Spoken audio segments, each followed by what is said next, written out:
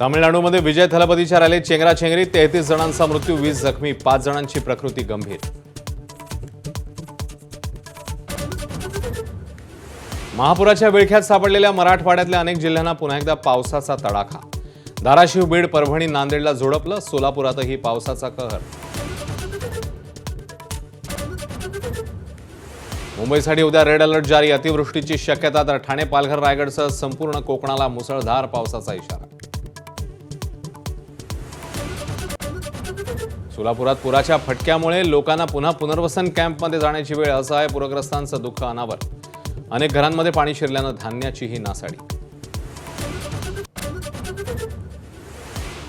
सोलापूरच्या उंदर गावात पाणीसाठी गेलेल्या सदाभाऊ खोतांवर स्थानिकांचा रोष. केवळ फोटो सेशनसाठी आलात का? नागरिकांचा संतप्त सवाल. रोष पाहता सदाभाऊ खोत यांनी घेतला काढता पाय. राष्ट्रीय स्वयंसेवक संघाच्या शताब्दी वर्षानिमित्ताने नागपूरमध्ये कार्यक्रम. तब्बल 9,000पेक्षा जास्त स्वयंसेवकांचं पथसंचलन. डॉक्टर हेडगेवारांच्या आठवणींना उजाळा.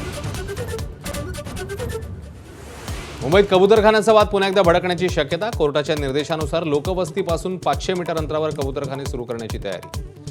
25 पैकी 12 वॉर्डांचा सकारात्मक अहवाल. आशिया चषकाच्या फायनलमध्ये उद्या भारत पाकिस्तान 41 वर्षांनी आमने सामने. तर सामन्यावर बहिष्कार टाका, उद्धव ठाकरेंचं आवाहन.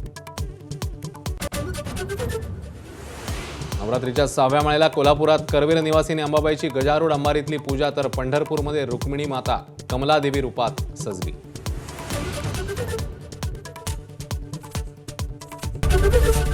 एबीपी माझा, उघडा डोळे बघा नीट.